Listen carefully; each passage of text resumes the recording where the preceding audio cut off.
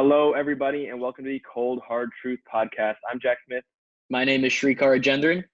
I'm Anish Gupta. And I'm Ryan Donahue. So today we're talking about the NFC South and the AFC South. Let's start with the Falcons. Ryan, you want to get us started on them? Yeah, I liked what the Falcons did. It started off, they were cutting a lot of guys, getting rid of a lot of guys to save some cap space. Guys like Devontae Freeman, Desmond Trufant, Vic Beasley. I like some of the replacements. They were able to get start with Dante Fowler on the D end. Yep. What do you think of I like that. Yeah, I like that signing. Able to replenish a little bit on their defense, but their defense is still one of their weaker spots, in my opinion. Yeah, I agree. What do you think about the Todd Gurley signing? I like it for 1 year, just to see if he could stay healthy and maybe become a long-term fit, because he hasn't had a healthy season since his breakout season a couple years ago. I just I like that being a 1 year signing, and maybe hopefully have a healthy season. Yeah. Mm-hmm. I think the Falcons weren't in a position to do much in free agency. They entered the market with about $4 million, but they did get a little creative to make some moves and finding a way to upgrade their pass rush. Vic Beasley was a disappointment for most of his time in Atlanta, and Dante Fowler is coming off a career-high 11.5 sacks with the Los Angeles Rams.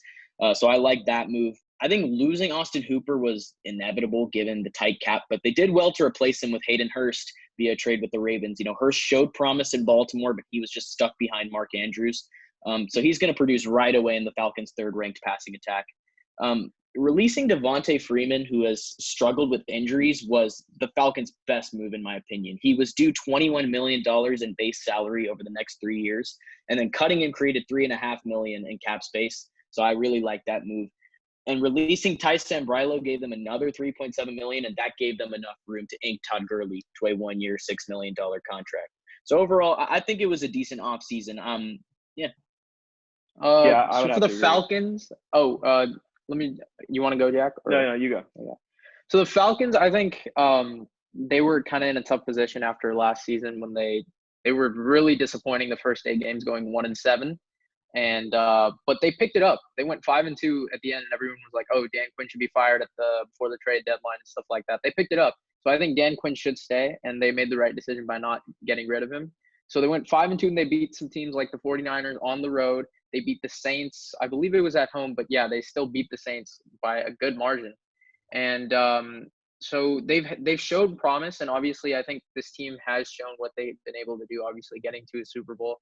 We won't talk about the end result of that, but I think they've made the playoffs 2 of the last 4 years, I believe now. So they've shown promise, and I think for the Falcons, like with the signings you guys mentioned, I think the Todd Gurley deal was great. 1 year, $6 million. It's not a long-term deal. It's a good test to see what he can do. And I think the releasing of Freeman was great because for both sides, because 1, Freeman wasn't staying on the field for them, and 2, Freeman is a great running back. I think when healthy, I think he's top 10. So I think he does this kind of needs a new team, new culture. I think he'll flourish in another system. I think he should go to Tampa Bay, but we can discuss that later. So I think the signings were good in a sense that they were able to, not really dig themselves in a deeper cap hole by like getting rid of the players like Shrikar mentioned.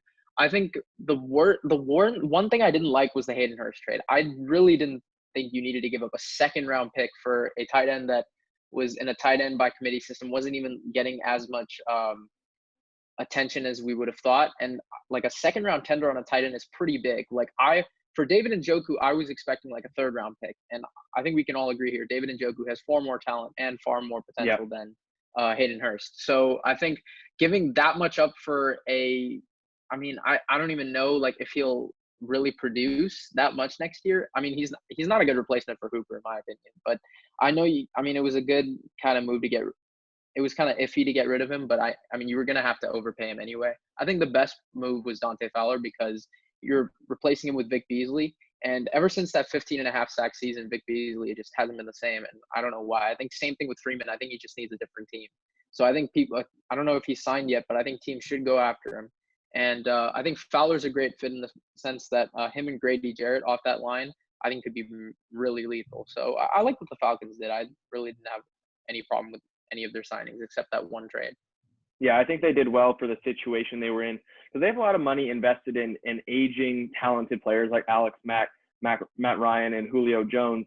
And so to get a little bit younger and a little bit cheaper on one-year deals with Gurley, I like even the Laquan Treadwell signing because they've been struggling to find that third receiver. And I mean, what's the risk in that really? I mean, if you get anything out of him, that's a benefit for a one-year cheap deal. Todd Gurley, I thought was a great signing because he really needed a change of scenery, and we can all see what he does when he's out on the field. And then, Anish, I know what you're talking about the Hayden Hurst trade. I didn't think a second-round pick. I thought that was a little bit too much to go out for him, but they needed to fill that tight end hole in a relatively weak tight end draft class. So I thought that it might have been a necessity to trade for him. So I'm going to give the Falcons a B+ because I thought that for their situation, I think they got a little bit better because they got out of some big contracts and they didn't overpay the guys that I thought they might. And so I'll give them a B+, I think. Yeah, I'll go with a BB-. I think they still need to address some things in the draft, especially their first round pick. They definitely need to pick a cornerback. And then they also need to address maybe another offensive lineman as well, just to give them a little more depth there. Yeah, so I'll go with a BB-. Shrikar, you're muted.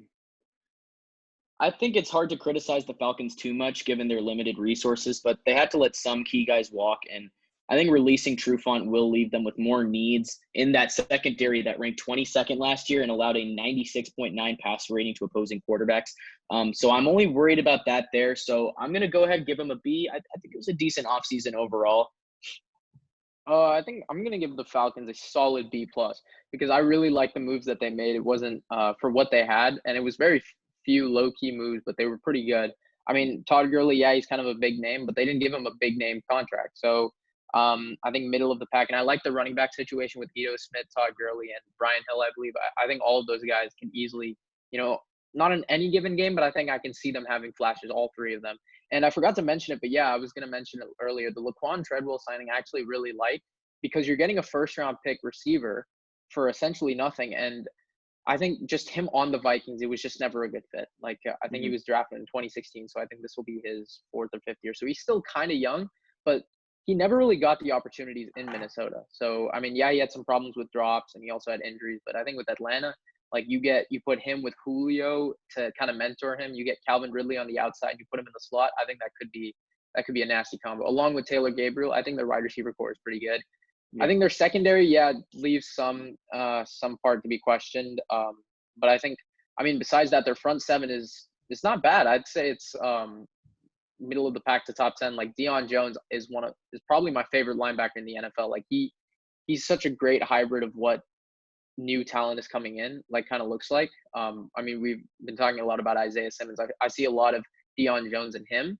So I think Deion Jones is pretty good on their defense. So I think I'm just looking at it from if this team can make the playoffs, and I very well think they can. 5-2 going down the stretch, and this year they've got a lot of different kind of faces while still having a mix of young and old players. So I think watch out for the Falcons this year. Yeah. Well, it's not exactly a free agent signing, but before you go, Ryan, what do you think of the new uniforms for the Falcons? I personally like them. I've heard a lot of hate about them, but I think some of them are clean. I like the black and red ones especially. I can't agree with you on that one, but thank you for joining us. Thanks for coming and talking about the Falcons. We'll see you next time. Thank you. All right, now let's move on to Anish's fake favorite team, the Panthers. Anish, why don't you start us off on this one? So I'm probably one of the biggest Cam Newton fans out there, and seeing him let go like that was pretty sad. I think people have seen it. I don't know if you guys saw it, but his Instagram comment where he said that they manipulated the situation and they were essentially forcing him out, I think it was just absurd. And it was funny because Greg Olson commented, he said, sounds familiar. And even Eric Reed was saying similar things to that. So ever since Panthers owner David Trepper has entered this league and with this team, they've just been trending in an absolute downward direction. Like, I mean, the Panthers were already kind of inconsistent. It was like one year they would make the playoffs, next year they would extremely disappoint for a good 6 years, right? And I mean, like, I get it. It was time to kind of move on from Cam Newton. I really, it sucks to say that because he's changed the game in so many different ways and people just don't see it and they just constantly hate on him. And I will continue to say this. I believe he was one of the best quarterbacks of this decade. And he definitely, in my opinion, he had a better career than Andrew Luck. It's still up for debate, but I think so. And I think with the Panthers outlook, signing Teddy Bridgewater I didn't really like it because there's a lot of people who say yes to it. But in the meantime, it's like he went 5-0, right? And he did play some good games, some primetime games against some good teams. But again, it was the system. Like, I can't – 5 games for me is just too small of a sample size. Like, for example, Ryan Tannehill played a good 10 to 13 games, including the playoffs. That's enough for me. Like, if you were to give him that contract after 10 to 13 years, honestly, that's enough. In the NFL, each game matters. 5 is just not enough. And the dumbed down system that he played in, like, they were winning most of those games. I think besides Chicago and Seattle, they were kind of low scoring, and especially the Dallas one. That was the one I really paid attention to. I believe they won that game like 12-10 or 13-10, something really low like that. So it was, I mean, yeah, that was kind of the first game he was getting into, and they kind of slowly eased him in. But do you really see him doing that in Carolina with kind of a lesser offensive line, less receivers, right? I mean, yeah, they signed Robbie Anderson, but I'm not a huge fan. Like, he's not a number one in my opinion. And but one thing I will say is the trading Trey Turner. Everyone is kind of knocking it because of his resume of 5-time Pro Bowler. I was reading an article yesterday, but that said that, like, Pro Bowls don't mean everything, and they're right. Trey Turner is not, while he's had those Pro Bowl selections, he's not been as serviceable of a tackle or guard, I forget his position, as Russell Okung. And while he's aging. No, not really. If you look at PFF grades, Okung has had a more consistent grade throughout the last 5 years. But yet, while Trey Turner is younger, I think trading for Okung gives the Panthers a way to kind of escape paying Turner, and it kind of gives them a direction to move younger. So I wasn't mad about it. Obviously, again, offensive line is kind of like my thing, but I wasn't mad about it because Okung's still serviceable. And I think it all comes down to, like, what are you going to do with Christian McCaffrey now? Because you've already lost Luke Kuechly. You've already lost Cam Newton. You've lost so many pieces of that beautiful core that, won 15 games that 1 year. So for me, it's kind of like, you guys can talk about the other signings, but for me, I think their outlook is just not looking good right now. Yeah, new head coach, Matt Rule, he's beginning his tenure by clearly entering rebuild mode, in my opinion. I mean, the Carolina Panthers watched a lot of talented players leave this offseason. Many of those were older veterans: Greg Olsen, Mario Addison, Bruce Irvin, Gerald McCoy, Cam Newton. They were all on the wrong side of 30. But, I mean, the Trey Turner for Russell Okung trade remains a bad move, in my opinion. They dealt a 26-year-old guard playing at an elite level for a 32-year-old tackle due $13 million this season. So I don't agree with that. That's my point. I don't think it was elite level. Like, and Pro Bowls don't, again, in the NFL, it's all pros that really mean you're an elite player. And he's never made an all-pro. So while he's had those Pro Bowl selections, it remains to be seen if he's a top 5 guard in this league. It's still very questionable. They also signed Teddy Bridgewater to a 3-year, $63 million deal, basically spelling the end of the Newton era after he played in just 2 games last season after suffering a foot injury. Bridgewater went 5-0 as a starter when filling in for Drew Brees last year in New Orleans, and he was a promising quarterback in Minnesota before a traumatic knee injury prior to 2016, I want to say. He's earned another shot as a starter, but, I mean, it's a considerable risk nonetheless. I think the acquisition of Robbie Anderson kicked things up a notch. He was one of the few receivers available who's a true vertical threat. I feel like his presence should help Bridgewater. So I actually like their move for Robbie Anderson, but, I mean, I feel like their grade is going to get knocked down by that Trey Turner, Russell Okung move. I just did not like that at all. So I feel like it was a mediocre offseason for me. Jack, what do you think? Yeah, I agree with you guys a lot that the Panthers they lost almost their entire core over the course of 1 year. Ron Rivera, Luke Kuechly, Greg Olsen, Cam Newton, Mario Addison, the list goes on. They lost just about everyone that they had when they used to be like one of the top teams in the league. And maybe that's what Matt Rule wanted, but it's kind of a tough thing to deal with all in 1 year for a fan base.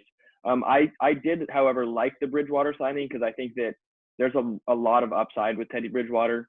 And I think he's better than Cam Newton.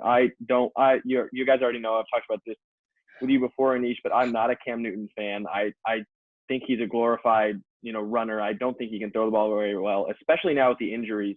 He's a winner, though. He's a winner. Like, you can't. Not over the last couple of years, though. Not over the last couple of years. That's injuries. Like, that's why there's concern. But when have you seen him healthy? Like, I understand it's injuries, but if you can come back. 2 years ago, they were 6-2, and they were prime position to do really well in the playoffs, and then he got that shoulder injury. But they lost they lost 7 of their last 8. He gets injured so often. That's the problem. He keeps getting injured. Yeah, that's why. Like, that's something that's like a legitimate concern. You can't control. So, that's a legitimate concern, and I think a new team would be a great way for him to show that, hey, I'm back. And I mean, I believe there was it was one of the reporters from ESPN that said Cam Newton's been in one of the best physical peaks of his career. So, and I'm not going to go off that and say, oh, he's going to be the old 2015 Cam Newton, but I think he's one of the quarterbacks that deserves a second chance the most. I mean, he's changed the game in so many different ways. And Jack, why don't you finish your point? I'll make it when I give my grade. Yeah, I was just going to bring up Robbie Anderson because as a Jets fan, I've seen Robbie Anderson play a lot. And I agree with what you're saying, Anish, that he isn't a number one. But I think that's what makes this signing really good because they're not signing him to be a number one. They're signing him to be a number 2 behind DJ Moore. And I think that's exactly what he needs because he's a vertical guy, but he's not one who's going to rack up 10 receptions for 100 and something yards every game. He's going to have a couple bursts, but he's not your number 1. So I think signing him as a number 2 should be good for him. As a Jets fan, it's going to suck to see him walk, but I think that was a great signing by the Panthers. But just overall, having a new coach and coming in where I think the Panthers have a chance at being the worst team in the league next year, just point blank. I think it's between right now them and the Jaguars is who's going to have the number 1 overall pick next year.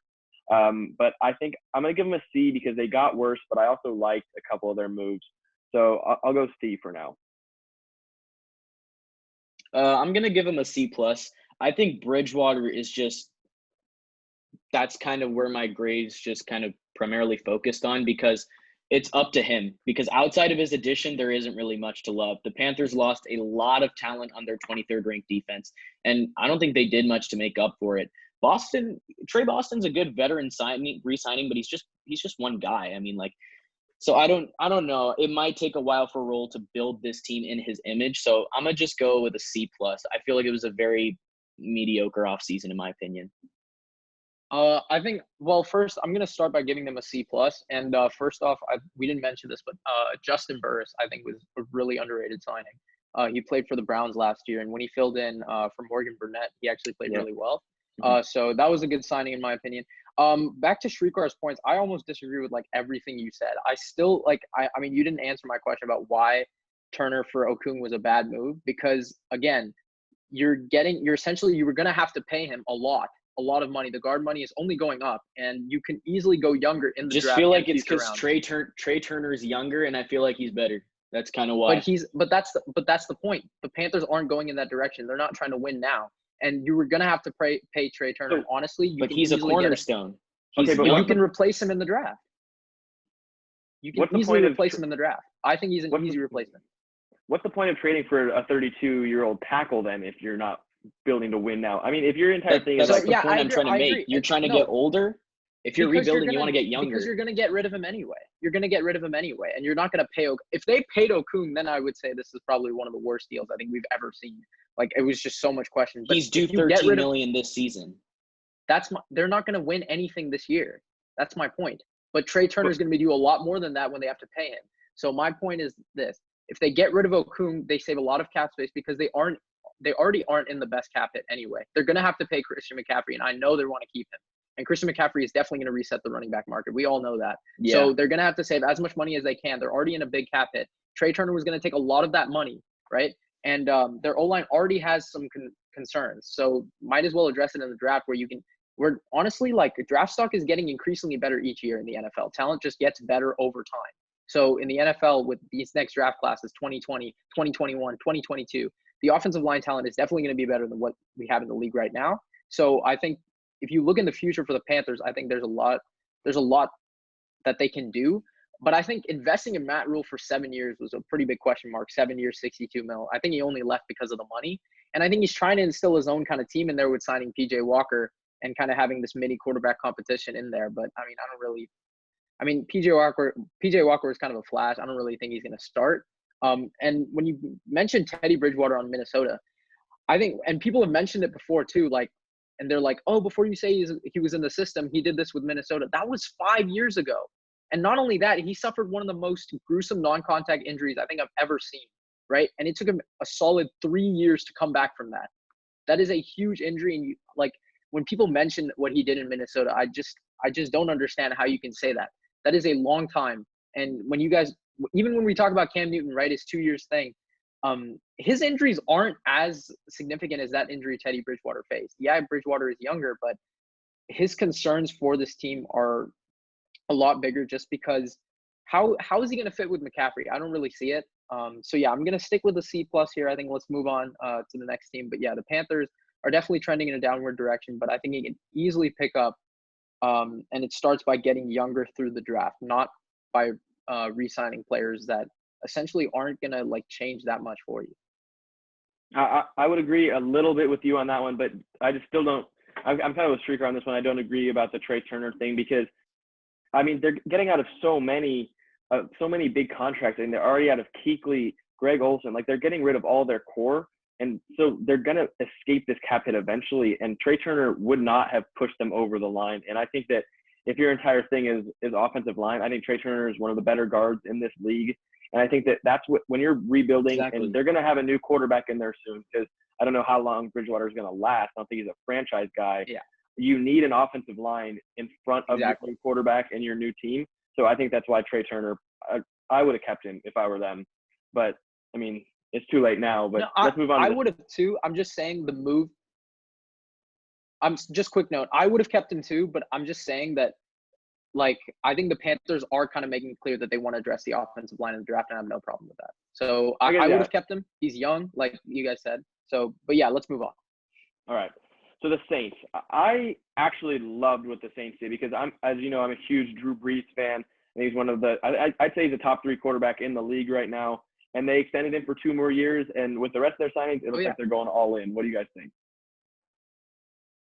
Yeah, the fact that Drew Brees is coming back all but guarantees the New Orleans Saints will once again be a playoff team with Super Bowl aspirations. But I mean, that Teddy Bridgewater joined the Panthers, it wasn't great, but he got starter money, and the Saints seem to believe Taysom Hill is the future anyway. They watched a trio of defenders leave in Von Bell, Eli Apple, and A.J. Klein, but they retained David Onyemata, who's very promising in my opinion, and they signed Malcolm Jenkins, who should help at safety. I mean, Andres Pete's 5-year extension might be the only outright negative of what the Saints did. He hasn't been great, and they shelled out a lot of money to keep him. They probably could have found a replacement for much cheaper in the draft. The bonus signing that puts this class over the top was Emmanuel Sanders. Drew Brees has needed a receiver he can trust outside of Michael Thomas, and Sanders should fit the bill. He recorded 66 receptions, 869 yards, and 5 touchdowns last season. I think he's going to be a solid number 2 in that Saints offense. So, yeah, I really like what New Orleans did this offseason. The Saints, well, like you, Jack, Drew Brees is probably my favorite quarterback of all time. I think he's top 5 quarterbacks to ever play this game. So I love Drew Brees, and re-signing him to a deal that wasn't, over the top was, I think, a great move. And you're keeping him for 2 years. I think the problem with the Saints is, like, people tell me that, like, Favre is better than Brees, and I always say no. But, I mean, you got to admit, like, these last 3 playoffs have been a bit concerning. Just, I mean, it's been heartbreak after heartbreak after heartbreak. But, I mean, at some point, right, like, you got to question the system. So I think this is like really a make or break year for this team. And while they still have young pieces, I think this is a make or break year for Drew Brees. And one thing you didn't mention, Trikar, was the signing of Malcolm Jenkins, I believe. Like, I wanted to touch on that more. That was probably my favorite signing, even over Emmanuel Sanders, just because you get a veteran leader who is a ball hawk. He is a guy that will get in between the tackles. He is one of the best hybrid safeties we have in this league, and he can still play. The Eagles weren't willing to pay him, and that's on them. I think he can do a lot of damage. He's coming back to a team where you won a Super Bowl with, and he's only bringing veteran leadership and prowess to this team. So I really like the move. They re-signed Andres Pete, and I think that was a really good re-signing, signing one of the better guards in our league. I think for the Saints, just outlook. I feel like they I think- overpaid Andres Pete a little bit. They were gonna have to. Like I said, the guard market is only increasing. So And as of late, I don't think he's been that great. He's been good, but Yeah, I'd have well, to I agree hate with to that. bring up iffy. Trey Turner again, but I think Pete was better than him, a lot better than him. But yeah, what was It's your thoughts on that, interesting. Jack? I was gonna say I wouldn't say he's one of the better guards in our league, but I think that he bringing him back makes it so you have the same five, and I think the Saints offensive line is the top 3 unit in the league. So bringing back Pete ensures that you bring back all 5, and I think that's what's key is going into next season, and Breeze and just the entire offensive line being able to be the same unit of 5 starters was key. So I think that's why they paid him. I don't think he's great, but I think that it was necessary to bring him back so that you have a little bit of continuity in there. Because last year they drafted Eric McCoy, so they had to fill that spot. It's hard to fill offensive line spots consistently and do it well. I think bringing back Pete was necessary. And then I also want to talk I about was just going to mention that. Oh, okay. Oh, just one quick note. I think one of the biggest things for offensive line is chemistry. So again, if you keep the same 5, and they were already a top 3 unit, then why let him go? If you're going to have to overpay a little bit, but still, you're keeping a core that essentially had the best running and passing attack in the NFL. So I think just one quick note again. I think just little signings like Burton, Zach Wood, I think just add a little bit of depth. But yeah, I think Emmanuel Sanders is a great number 2 compliment. We already saw that in Denver with Demaryius Thomas a few years ago, and I think Sanders can still play. So I'm interested to see what goes down there. Yeah, and I liked the Malcolm Jenkins and then also the DJ Swearinger, because we've seen what DJ Swearinger can do when he's on the field playing at his best. So I think that was a low-risk signing that now makes up maybe the best safety room in the NFL, and Marcus Williams, Malcolm Jenkins, and DJ Swearinger. So I thought that was a pretty good move. And then, yes, Emmanuel Sanders finally gives Drew Brees that second receiver he's been needing alongside Michael Thomas. Because when you look he's been throwing touchdown passes to Keith Kirkwood and Traquan Smith, who I don't think is very good. And so it's pretty funny, and I think it takes a little bit of the burden off of Michael Thomas. And now that he has 2 weapons alongside Jared Cook, who they got last year, and Alvin Kamara, who should be healthy, I think the Saints right now are my pick to win the NFC. So you guys want to move on to the Buccaneers now? Obviously, they signed Tom Brady, but not a whole lot of that. Well, we have to give grades. Don't forget the grades. We have to give grades. Oh, yeah, my bad. Okay, I'll start with the grades. I mean, the Saints did a lot of good work. Other than overpaying Pete, the deals they made were in line with market value. And don't get it twisted. I'm not trying to downgrade Pete. Pete isn't even a bad player, so I feel like the signing was pretty justifiable. They also did a good job of letting their outbound talent walk. The trio of defenders who left won't hurt the defense. And then finally, Sanders is the kind of veteran asset who could make a difference down the stretch. And he'll ensure the Saints have one of the best passing games in the league again. So I'm going to go ahead and give him an A-, all around a solid offseason. Yeah, I think the Saints, I was going to give them a B+ A- too. I think they've kept their core. See, winning the NFC is a big, big statement considering there are so many juggernauts in this conference. I'm not going to go that far, Jack, but I think this team really, they just continue to make good moves, and it's just can they finally put it together and win in the playoffs? I really hope they can. I'm a huge Drew Brees fan, and I think if he wins the second Super Bowl, is it really out of the question to put him in the top 3? It's going to be, there's a big debate on it, but let's see. I think this team has a lot of upside again. One thing I want to see though is Kamara to be more consistent this year, because now there's no Ingram, and Latavius Murray was coming off the quote unquote bench, I guess. It was kind of a committee system again. I didn't really like that. I think you need a solidified number 1, and Kamara needs to get that in that kind of system. So let's see what happens. I think he's a great running back. Let's just hope he can run more in between the tackles. But yeah, I'd give him a solid A-. Yeah, I agree with that one. I'm going to give him an A- because I think that bringing back Drew Brees was key, because he is the Saints. He embodies what the Saints are. And so bringing him back and going all in with the rest of the team, I thought was a good move. And then alongside the defensive side of the ball, and especially DBs, I thought they made some pretty good moves. So A- is where I'm going to settle. The Buccaneers brought in Tom Brady. What do you guys think of the rest of their signings and him? Yeah, let's start with the obvious. Tom Brady was a great signing. Is there a chance his arm regresses and physical tools fall off a cliff? Yes, but I think it's worth the risk for the Tampa Bay Buccaneers. The opportunity to add a quarterback with Brady's reputation and resume, that could be a franchise changer. There is a temptation to say that everything else the Bucks did is just noise. However, that's not true. The Bucks are far from a perfect team. They struggled to protect Jameis Winston last season, and the running game wasn't great either. Tampa Bay didn't do anything to address those problems, but it did, however, make sure Shaquille Barrett will be back to go after quarterbacks again. 2019 breakout star was tagged, and Jason Pierre-Paul re-signed too. That should help make up for the loss of Carl Nassib, who left for Las Vegas. Brashad Perryman was the only other major loss. It was likely he was going to leave, though. He was the number 3 receiver, and we'll probably see more targets with the Jets.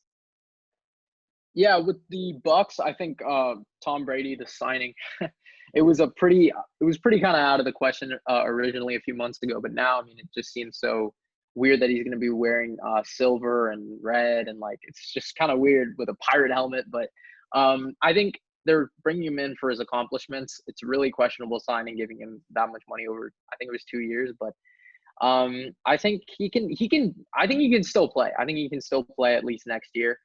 They do have to address offensive line in the draft, which is pretty much a certainty. I think they will. I mean, what else do they really need? I think secondary, yeah, but I feel like they can fill that in the later rounds of the draft. Shaq Barrett coming back is really good because I really like him. They also kept JPP and Ndamukong Suh, I believe. So they kept their kind of core intact there. Ndamukong Suh is still unsigned, I'm pretty sure. Oh, no, I okay. think they did bring him back. I think they will probably keep him. I think they did. They did? Yeah. Okay. That's what I thought. So I think, but just a quick note on them. I think so. Think about it. They went 7-9 with like 35 turnovers, and we all three of us know that Tom Brady is not turning the ball over 35 times. I think it'll be less than half of that, like maybe even 10.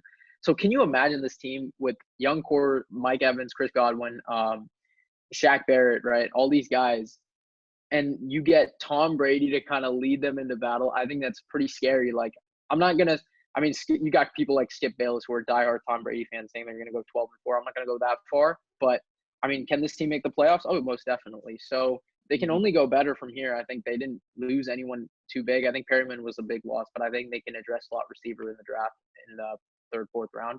So all around, though, I think solid offseason from the Bucs. They didn't really go after anyone, but I think one thing that would really make this offseason great is if they go after Devontae Freeman. I think he can make this offense so much more electrifying just because he's kind of familiar with the division. 2, he's a great running back in between the tackles, and he can catch the ball. So I think Freeman would be a great compliment to Ronald Jones. I really think they should go after him. But other than that, great free agency signing from the Bucs. Yeah, I thought it would be difficult for them to return Jason Pierre-Paul, Shaq Barrett, and Ndamukong Suh, and somehow they managed to bring back those 3 and go out and get Tom Brady, arguably the greatest quarterback of all time. So there's no way you can look at this Buccaneers offseason and say that it was poor. I'm going to give them a solid full A because I was amazed with what they were able to do. Losing Perriman, I think, will be bad for them, but they'll be able to replace him, I think, in this deep wide receiver class, especially since they already have their top 2 options set. And I also think that O.J. Howard will flourish with Tom Brady now because Tom Brady has been playing these last couple of seasons without a tight end, and now he gets a talented tight end. Let's see if they can actually use him to his potential, unlike the last couple of years. What are your guys' grades? Yeah, I'm gonna give him an A. I mean, this was one of my favorite off seasons, and this grade is primarily based on the Brady signing because if he has anything left in the tank, pairing him with Bruce Arians and the receiving tandem of Mike Evans and Chris Godwin will make for one of the league's most dangerous passing attacks. It's also predicated on how much the Bucs had in cap space. It was around like $25 million.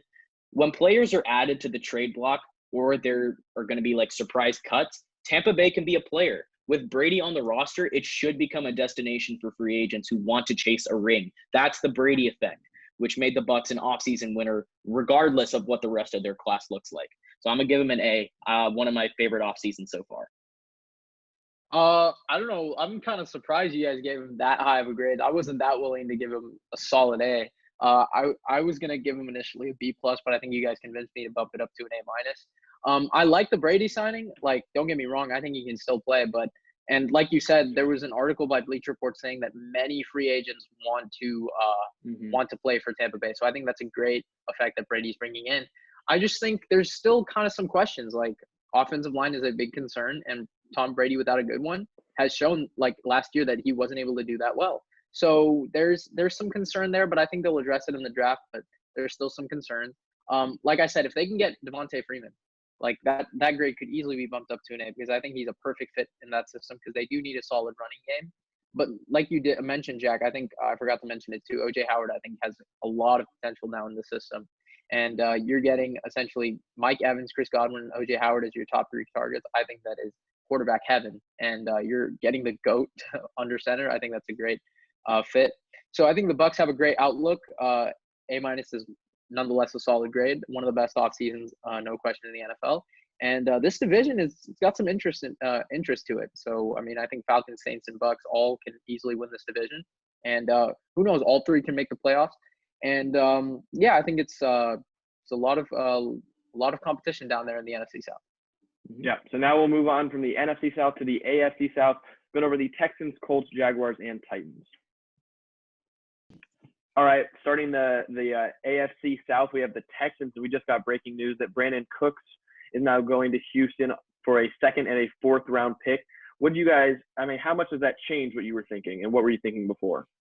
I mean, it doesn't really change much for me, but like, I think I'm gonna get into the Cooks trade at the end here, but let's just say like no team has had a more baffling offseason than the Houston Texans. Trading DeAndre Hopkins and a 2020 4th round pick for David Johnson, 2020 2nd round pick, and a 2021 4th round pick. That's a deal that would literally like end friendships if it was proposed in the fantasy football league. Like, not only is Johnson an injury risk, he's missed 18 games over the past 3 seasons, but his production has dropped off and he's expensive. He carries a cap hit of $11.2 million in 2020 and $9 million in 2021. So I do not like that move at all. Houston also let DJ Reader walk without getting anything in return. He was a key cog in its front 7. The Texans did shore up their secondary by extending Bradley Roby and signing Phillip Gaines, Vernon Hargreaves, Eric Murray, and Jalen Watkins.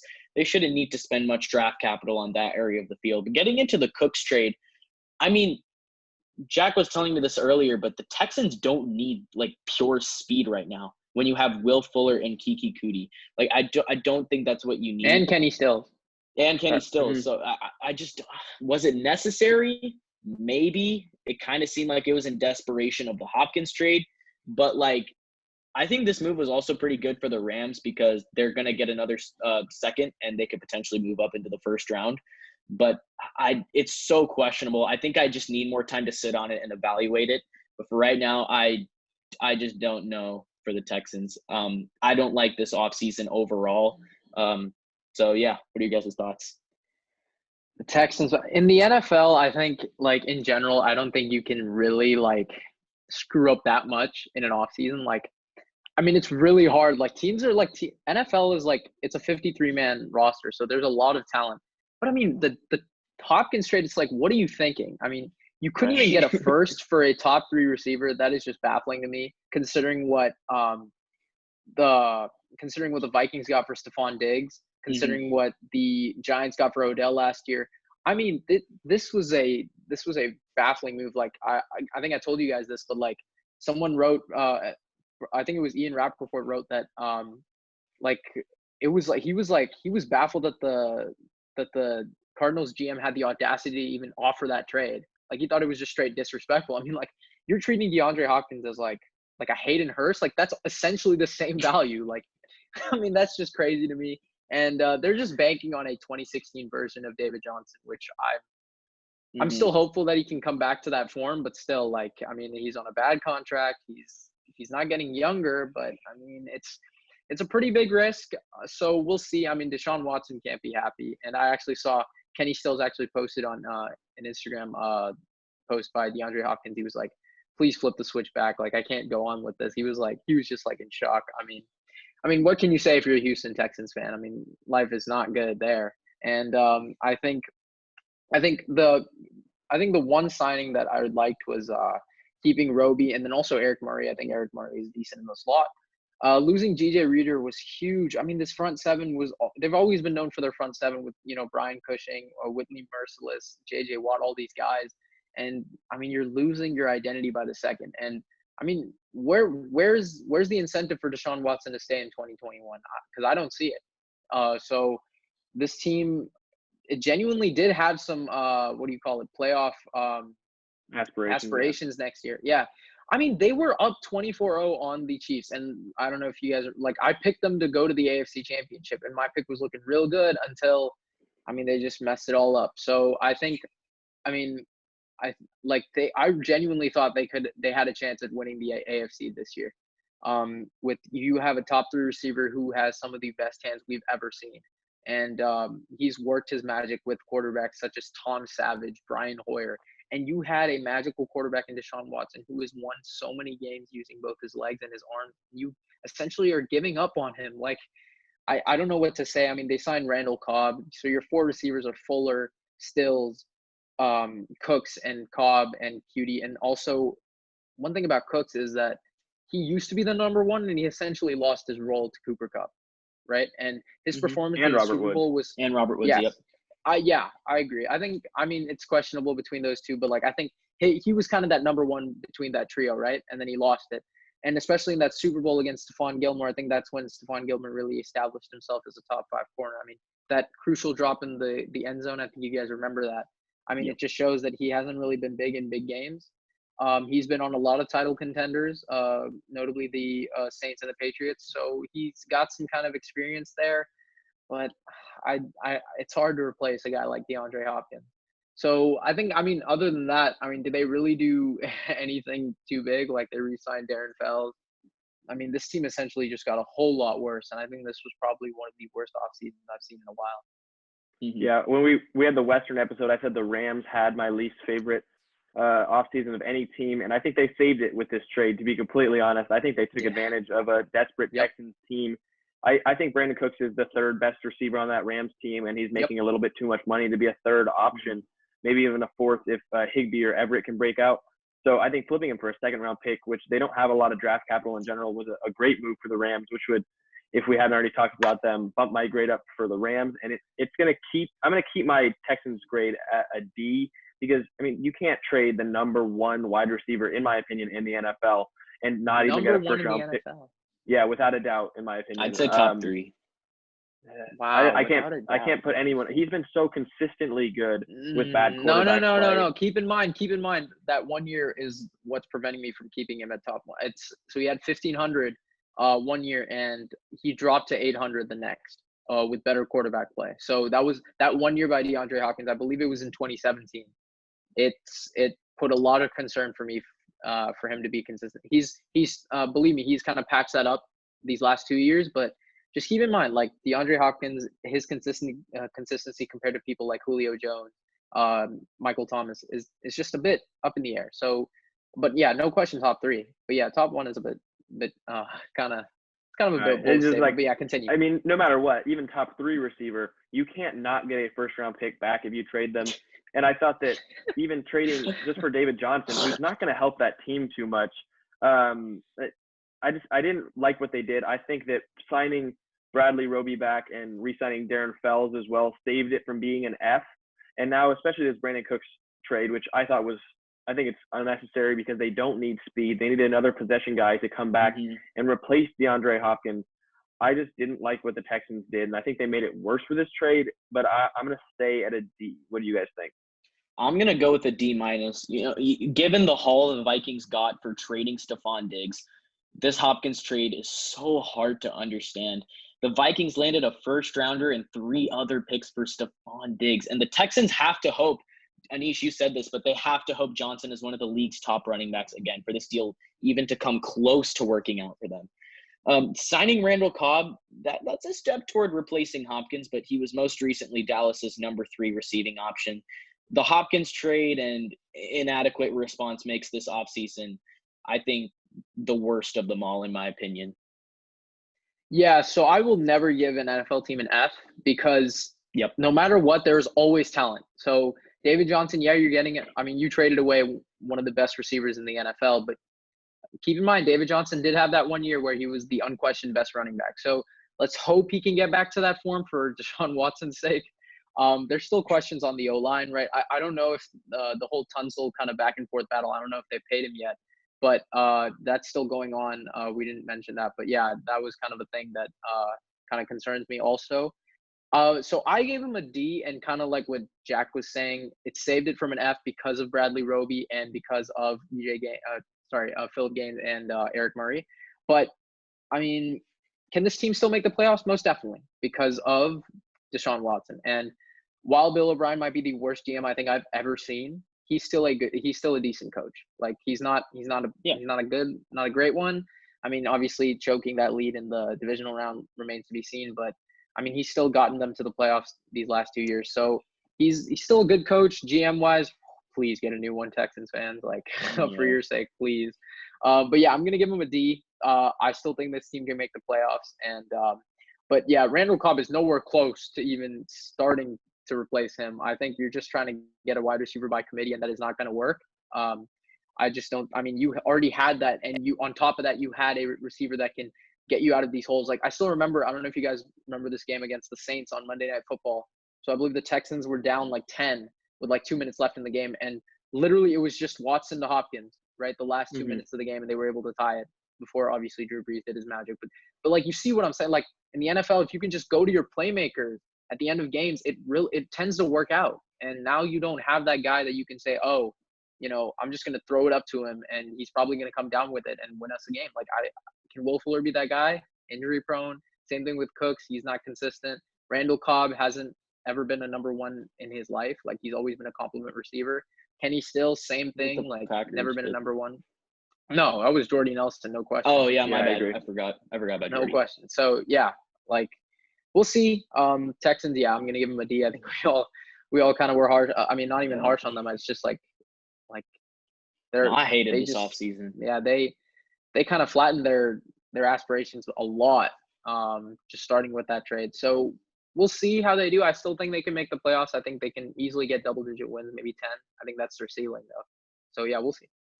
I think we talked about it after the AFC divisional round when they lost to the Chiefs, is that this might be Bill O'Brien's last year unless he can get him to the AFC Championship game. But it's just not looking like it right now after losing DeAndre Hopkins. And it's just the sentiment around them and the way their fans are reacting to this, the way the NFL is kind of dogging on them. It just doesn't seem like they're going to be in the right space to make the AFC Championship game or even come close this year. And they're in a pretty tough division with the Colts and the Titans. The Colts, let's get to right now, they actually had a trade I liked, unlike the Texans, trading for DeForest Buckner and giving up the 13th overall pick, which it's a big thing to give up your first round pick. But I don't think they were going to get a player of Buckner's caliber at the 13th overall pick, exactly. which is what I look for when you're trading picks. Are you going to be able to draft someone that'll be of that caliber? And Buckner's still young. So I really like that trade. What did you guys think of that and the rest of their moves? Yeah, I think the main attraction for the Colts is Phillip Rivers. He signed a 1-year deal that gives the Colts a proven commodity at the position. He's more turnover prone than Jacoby Brissett, but Frank Reich was actually once Rivers' offensive coordinator and quarterbacks coach in San Diego. So I actually like that move. Re-signing Anthony Costanzo was key. Had he retired or moved on, the Colts would have struggled to find a similar player for the same sort of cap figure. The Colts traded the number 13 pick to the 49ers for DeForest Buckner, but I think the cost makes sense. You know, had they stayed the course and used the pick on that position, they would have been left to hope Javon Kinlaw was still around. Instead, they got the proven version of what Kinlaw could be. Buckner will cost far more, but I think he can anchor their defensive line for years to come. It's unfortunate that Eric Ebron's relationship with the team, it seemed to unravel. He had a breakout season in 2018, but they went more run heavy in 2019, so he was way more underutilized. But I think his departure leaves an opening on the roster for a second tight end, which is an important role in Frank Reich's offense. The Colts, actually, I think they had one of the better off seasons. They continue to just amaze me with what their front office does. Keep in mind, they were, I believe, 5-2 for 7 games before it kind of fell apart. And just one thing to note on the Texans that we didn't say, like when you were talking about that whole AFC championship thing, I think this kind of relates to the Colts too, but I think while the NFL was kind of dogging on him, just keep in mind, like Deshaun Watson, I can't count him out yet. Like out of these, I know he's kind of iffy in especially against the Colts last year, but I mean against the Bills, he kind of showed me a lot. And just know that like an angry Deshaun Watson, just watch out for him. I think Texans can do something despite this horrendous offseason. But yeah, so what I was saying with the Colts is Jacoby Brissett. I still remember. The Colts and the Texans were fighting for the division before the Titans kind of came along. It was, I believe, week 8. And it was between Brissett and Watson. It came down to the wire. And ultimately, it was just Brissett just couldn't get it done. So while I'm not a big Rivers fan, he still wins a lot of games. Like, he still wins games. He still makes the playoffs a lot. So I think this was kind of an upgrade getting him just for his veteran prowess. And he's coming to a team with a lot better of a culture. I love Frank Reich as a coach. Obviously, he has a top 3 line with the Colts with Quentin Nelson. And signing Costanzo was absolutely great, convincing him not to retire. I think that was, you're keeping your offensive line intact. You get a great running back in Marlon Mack, who potentially can be a top 10 back when healthy and when given the right amount of touches. I think you touched on it, Trikar. I forgot to mention it. Forgot to think about it, but until you said it. But Eric Ebron, the loss of him, I think is pretty big because Phillip Rivers always uses tight ends, whether it was Gates and then Hunter Henry, and now you were getting a big red zone target in Eric Ebron. I think that was kind of sucks to see him let go, but keep in mind you still have T.Y. Hilton, Zach Pascal, and Jack Doyle at tight end. They still got Doyle, right? Jack Doyle as well. Yep, exactly.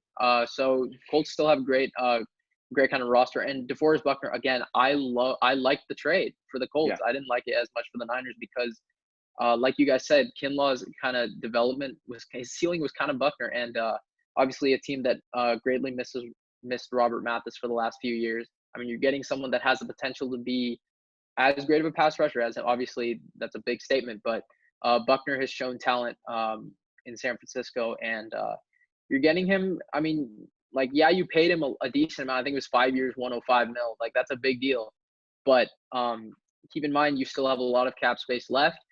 This team is still young, aside from Phillip Rivers, and essentially T.Y. Hilton's getting up there in age. But I really like what the Colts did. I think one thing we didn't mention was Xavier Rhodes. I don't know if you mentioned that, Trikar, but I actually kind of liked it because, I mean, yeah, he was horrendous for Minnesota, and I don't know how he made the Pro Bowl. See, this is what I mean. Like, Pro Bowl selections don't always mean they're good. So Xavier Rhodes, I don't know how he made the Pro Bowl. Did he bribe some fans? I don't know what he did, but I think a new team would be a great thing for him because keep in mind he did make an all-pro team 2 years ago. So under this Colts kind of system with Frank Reich as the head coach, I think is kind of a great fit for him. So I really liked it. It was a cheap deal, obviously, after the horrendous year he had. So who knows? I think it's a good make or break year for him, and I kind of like where they're going kind of this year. And honestly, I think they can make the playoffs. Like, yeah, I like the Xavier Rhodes signing too, because just a couple years ago he was one of the league's top corners,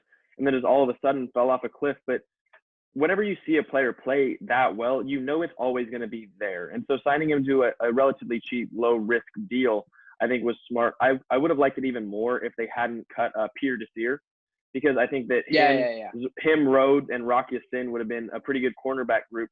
And so I think it was just kind of out of nowhere for Desir. But I also liked the Buckner deal. I really liked. Rivers, I'm not so sure about, just because I would have rolled with Brissett for another year, to be completely honest. I think Brissett might be better than Rivers, just because I don't know how Rivers is going to play. He's just getting up there in age, and you see that every year he just gets worse. And his throwing motion does not appeal well to his age and the way he plays. And I just don't think he has the weapons around him in Indianapolis to get it done like he did with the Chargers.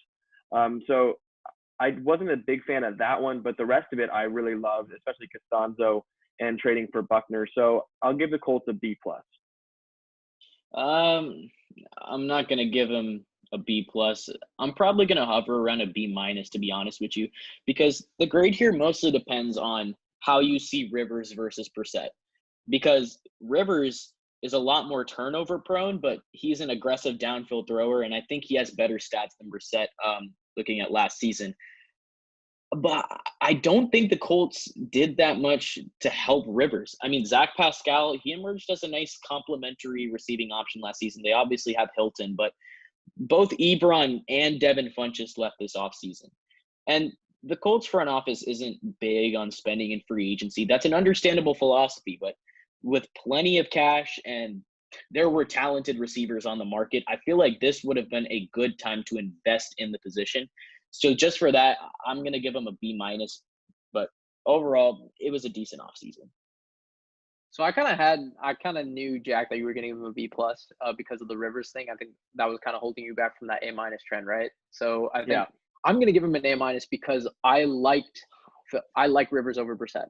And I really like what they did because while I'm not the biggest Phillip Rivers fan, again, I still don't think he should make the Hall of Fame, but he's still like this whole turnover prone kind of notion. It's been there, but like it only escalated last year because keep in mind he did win 12 games, right? 2 years ago. So it's not out of the question that he can still play. And again, a better O-line, right? Chargers, they finally invested in it while he's gone. So I don't know why they couldn't just do this last year, but whatever. I mean, his O-line in Indianapolis is a lot better than what he had last year. He still has weapons like Zach Pascal and T.Y. Hilton along with Jack Doyle are still pretty good. Like those are still pretty serviceable. I don't know why. And I think I'm just worried about Ebron. I'm just worried about Ebron and Funchess leaving basically. Ebron honestly was one of the biggest busts last year. So, and I think Jack Doyle was a lot better for them. But that's because he was underutilized. But I feel like I'm if saying he's had 1 good year out of 5. 1 good year out of 5. And I think him on the Steelers is a lot better fit than him on the Colts. But can you say with a straight face that the Colts weapons are the same and or better than the weapons that he had with the Chargers? No way are they the same, but they're still serviceable. I think we can all agree there. They're serviceable. Would you rather? But again, as a quarterback, keep in mind, from at least in my perspective, you don't have to agree. But again, I would much rather have a more consistent running game and an O-line than like a lot of flashy receivers. You still have a true number one in T.Y. Hilton. And in my opinion, Marlon Mack did better than what Gordon and Eckler were able to do last year while on the field, obviously. I just think Eckler fit Phillip Rivers so well in the way he likes to play. Yeah. So I don't think that it's going to work. Then again, well. Nyheim Hines can fill that role. Like that's true. I mean, that's a big stretch, but I think he easily can. So I really like their moves again. Like Rhodes was a great low risk fit, and I think the whole move was upgrading from Brissett to Phillip Rivers because Phillip Rivers has won some big games. He's a fighter. Like obviously he played that championship game on a torn ACL. He beat the Chiefs 2 years ago. I still remember at Mahomes's park. So he kind of knows like how the NFL works. He's still staying in the same conference. So I really don't see any problem with what they did. It's still a 1-year deal. So if you don't like it, fine, move on. But I don't think they were trending in the right direction with Brissett. I think they should have just moved on this year, in which they did. So I think an A- is pretty fitting in my book. But yeah, if Phillip Rivers doesn't work out, then it would go down to a B+. But yeah, I really like them. Yeah, speaking of trending in the wrong direction, let's go to the Jaguars, who seemingly traded away their entire defense from when they used to be really good. They were able to sign Joe Schobert and Tyler Eifert, but I mean, what about the rest of their moves? What do you guys think?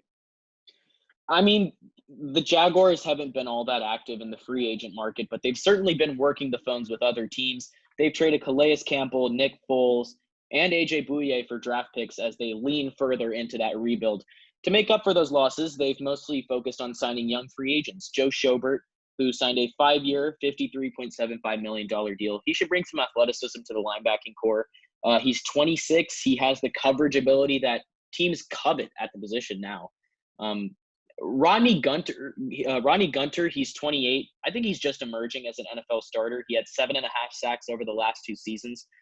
So he can offer some pass rushing ability along with his run stuffing. I mean, like they are trending in the wrong direction, but the free agency wasn't that bad. I don't know how much cap hit Nick Foles is taking, but getting rid of him, I think, was the right move.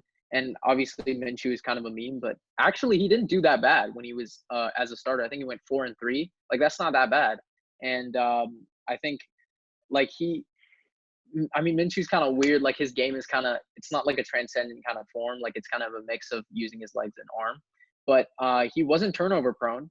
And he was, I think he's a great kind of bridge year for next year. I think they're kind of tanking for Trevor. I think that's what they're doing. I don't know if they are, but I mean, the Calais trade obviously wasn't something to be liked, but I think the signings of Eifert and Joe Schobert were great because keep in mind, I mean, as a Browns fan, I've seen Joe Schobert. He's one of the best linebackers I think we have in this game, and I think he's really underrated. So getting him on that kind of deal for, less than 11 mil per year, I think was great. And I think, I mean, other signings like Al Woods, like these are all mini signings that they did. I think it's just like, I think Fournette is the last piece of their 2017 AFC Championship run. I think he was saying it. He was like, "Oh, I'm up next," which was kind of funny. But I mean, I don't know if they'll be the worst team in the NFL, like you're saying, Jack, next year. I think they can still easily win like 6 to 7 games. But yeah, I mean, there were some moves that remains to be kind of questioned, like obviously the Calais trade. But other than that, I think they did some decent moves. Yeah, the problem I have with them is they're obviously in a full rebuild, right? We can all agree with that. But I don't know why they'd be trading away all of their talent and not getting full really rebuild. anything back I'm not sure. in return. I'm not sure about full rebuild. I mean, they've gotten rid of their quarterback they signed literally a year ago, and all of their defensive talent. No, I get that, but like they also invested in Schobert and Eifert and all these. Like, it's a weird kind of situation. See, that's why I'm saying I don't know where they're going. Like, I really don't know. I don't know what they're doing. Okay, I'll switch it up a bit. I think we're saying they should be in a full rebuild, correct? Yeah. We can go there. Yeah. Well, then that makes it even less sense than why they would sign Schobert. I think Schobert's probably the most underrated linebacker in the league. So I think that's a good player, but not exactly for the Jaguars. I mean, I don't think they really needed a linebacker too badly, and especially if they're going into a rebuild. Yeah, and Telvin Smith if he comes back. If they're going into a rebuild, I just don't know why you signed Joe Schobert and Tyler Eifert. But then even trading away all of your best players for relatively nothing. I mean, they didn't get very much capital back at all, especially, I mean, they've gotten like 4th and 5th, 6th round picks that those aren't going to turn into anything very often, especially when you don't draft as well, like the Jaguars. So they tagged Yannick Ngakoue too, who they should have just let Ngakoue walk, to be completely honest, because he's just a pain for them to deal with. He obviously doesn't want to be there. So unless they're going to trade him, I think this is going to be even more dysfunction on a roster that's already not very good, and with coaching that I don't think is very good at the beginning. So I just don't understand what the Jaguars are doing. If they're in a full rebuild, that's great. Go into it. I think they can be easily one of the worst teams. They might succeed at that. But I'm going to give the Jaguars a C-, D+, because I didn't know what they were doing this offseason, and a lot of their trades made really no sense to me. Okay. I'll give them a C+. I think it's just really important to remember context when grading the Jaguars. Shipping off Campbell or Bouye for draft picks, it doesn't make sense at first glance. But look, the Jags aren't trying to win right now. I mean, Bouye will carry a cap hit of around $13.5 million in each of the next 2 seasons. Campbell is set to make $10 million this season and $15 million next season. Meanwhile, unloading Nick Foles and his massive contract, that's nothing short of a miracle. Like, instead of paying out those big salaries, the Jaguars, they're going to have Gunter for $3.6 million and Denard for an average of $4.5 million. If you're going to tank, you might as well do it cheaply. But yeah, I mean, the Jaguars haven't improved their outlook for 2020 this season. I mean, they can't be graded too highly. However, their moves are at least aligned toward a vision of getting better in 2021. So I'm going to go ahead and give them a C+. Overall, it's mediocre. It's just we're yet to see what's coming from the Jags. Yeah, I was actually going to touch on that. I actually like the way they were trying to rebuild at least. Like, I don't know if it's a full-on rebuild because, again, they signed Schobert and all, but the signings they made were pretty good. And back to Yannick Ngakoue, there are 6 teams interested in him right now, one being the Cleveland Browns in particular. So I think if the Jags can get a first for him, that would be really good. I'm not, as a Browns fan, no way would I be willing to do that. But for a second or a third, maybe, I think I can see a team giving them that for Yannick. And if they can do that, I think that's a pretty decent haul for a defensive end that's kind of inconsistent, but obviously he's got a lot of talent. One signing that I really liked was Rashawn Melvin, who had 11 passes defended last year in 12 games. And that's pretty good in my opinion. And I think he's finally finding his own after kind of fizzling out in the beginning of his career. So I like that signing. Again, I'm actually going to give him a B-, leaning towards B, because they are, while they're giving up heavy contracts, right, for like mediocre value in return, they are unloading a lot of cap space, which is very good. And obviously teams knew that anyway. So yeah, while they weren't able to get as much back, keep in mind you can still get a lot of talent in the fourth round, maybe even the fifth. We've seen a lot of good players come out of those rounds, right? We all know that in the NFL, any round you can get a superstar or even a serviceable starter. So those picks, yeah, they're questionable, but considering the value that you're giving up, but I still like the signings of Eifert and Joe Schobert. I think you get a really good quarterback on the defensive side of the ball, and I think you give a big target for Minshew. And for someone in Eifert who just can't stay on the field, like he's basically like Jordan Reed, I think those two tight ends just can't stay on the field, but I think a culture change was necessary for him. So I think the Jags, like in 2 years, can be a decent team. But for now, I think they're trending in the right direction in terms of rebuilding this team, and it all starts with unloading cap space, which is what they did.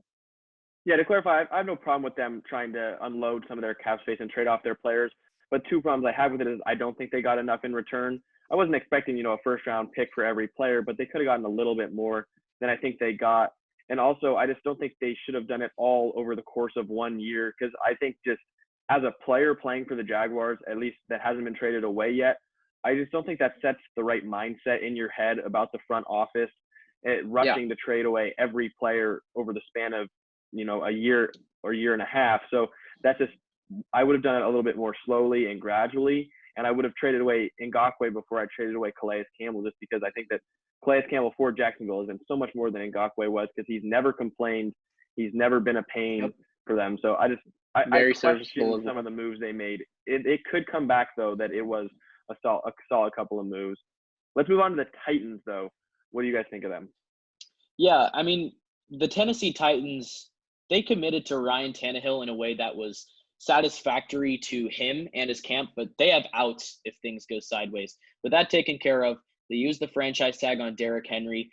Keeping Tannehill and Henry didn't come without cost, though. The team lost Jack Conklin, among other key talents. The Titans cut Delaney Walker and Dion Lewis and traded Jarrell Casey. I think Vic Beasley was Tennessee's lone notable new signee. After years of disappointment in Atlanta, he's going to try to salvage his career and help make up for the loss of Cameron Wake. He recorded 15.5 sacks in 2016, but has otherwise never topped 8. Yeah, I think with the Titans, it was like obviously that AFC Championship run was one to be remembered. And I'm a huge, huge fan of Derrick Henry, despite what people said last year in the beginning of the year. I still remember everyone was like, oh, his last 4 games were a fluke. Well, I mean, is he a top 3 running back? I think so. So I think the loss of Jack Conklin, though, like you mentioned, Tricart, was kind of big just because he was a great run blocker as well as pretty serviceable in the passing game. So their kind of O-line questions now remain to be seen. But I think they made the right decision in not pursuing Brady and keeping Tannehill, because Ryan Tannehill has always been a really like a decent quarterback. Even in Miami, he still took him to the playoffs that 1 year, going 10-4 as a starter before getting hurt towards the end.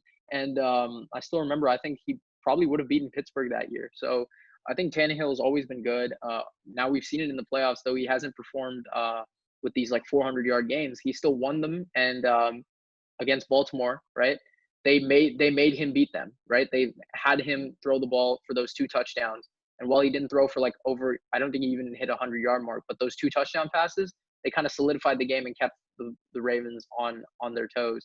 So Tannehill has shown he can win big games, and I think it was a great choice to go with him over Tom Brady. And I think just like in the Titans' outlook, it's, I mean, especially in a division like this where it's always kind of up and down. They didn't do much. Like, I think, what was it? Jack Crawford, I think, was the defensive tackle that they signed. I mean, nothing really too big. But one thing I did like was the Vic Beasley signing, because Me too, yeah. Because again, like there's a lot of these players that we've mentioned in this episode that like just needed a new team, and I think Vic Beasley was one of those guys that needed it. Coming off that 15.5 sack season, people expected a lot of bigger things from him, and he just kind of let people down. But in this Tennessee defense with Mike Vrabel as their head coach, who's a defensive-minded guy, can you guys like blame me for saying Vic Beasley could get double-digit sacks this year? Nope. I don't think that's out of the question. So I think I think he's a good kind of replacement on the line itself for Jarrell Casey. I know they don't play the same position, but I think that was a great kind of way to say, hey, we're still invested in this team. We're still invested in this defense. And we're still invested in the fact that we can honestly win the AFC next year. Yeah, so I've heard a lot of complaints about people saying that they should have extended Henry and tagged Tannehill, but I would disagree with that notion because I see a problem with a lot of teams investing tons of money into the running back position because we've seen how quickly running backs can fall off or how quickly one injury can derail an entire career. If you look at Todd Gurley and David Johnson, two people we've talked about this episode. So I think that tagging Derrick Henry was a smart move because if he plays just like he did this season, they can go and extend him next offseason. And I think that quarterback's just right now more important than running back in the NFL. So I think they made the right choice there, but I didn't think they made the right choice trading away Jarrell Casey, who when we were talking about the Broncos, I thought was one of the most underrated players in the league. But I can see that it had to be done because they needed to unload his salary. And like you, Anish, I liked the Vic Beasley signing because I think that he just needed a new place to come and thrive. And I think he could do really well with the Titans. So I'm going to give the Titans a B+. Yeah, I'll agree with that. I'll give them a B+. The Titans, they caught fire over the last half of 2019. When that happens, I think it can be both a blessing and a curse because the organization clearly wanted to keep the combination of Tannehill and Henry, which fueled its run to the AFC Championship game, even if it might be unsustainable. But look, like as long as Henry plays under the tag and doesn't hold out, the Titans likely made the right move. They can get another year out of Derrick Henry without having to commit those big long-term dollars. But I mean, the Titans, they didn't do much to get better outside of retaining their two key guys. I mean, in my opinion, Beasley's just a reclamation project, but I feel like he could thrive in Vrabel's system. And they are literally banking on Dennis Kelly to step right into Jack Conklin's shoes. So it's pretty risky, but overall, I think it was a pretty decent offseason. So I'm going to go ahead and give him a B+. I'm going to give him a B just because the loss of Conklin was pretty big. And though I was saying a lot of those things about Derrick Henry, I think they should give him a long-term deal next year. I think tagging him this year was fine just because this was his first full year of consistent production, which again, in the NFL, consistency is one of the best policies. So that's fine tagging him. I think extending Tannehill was great.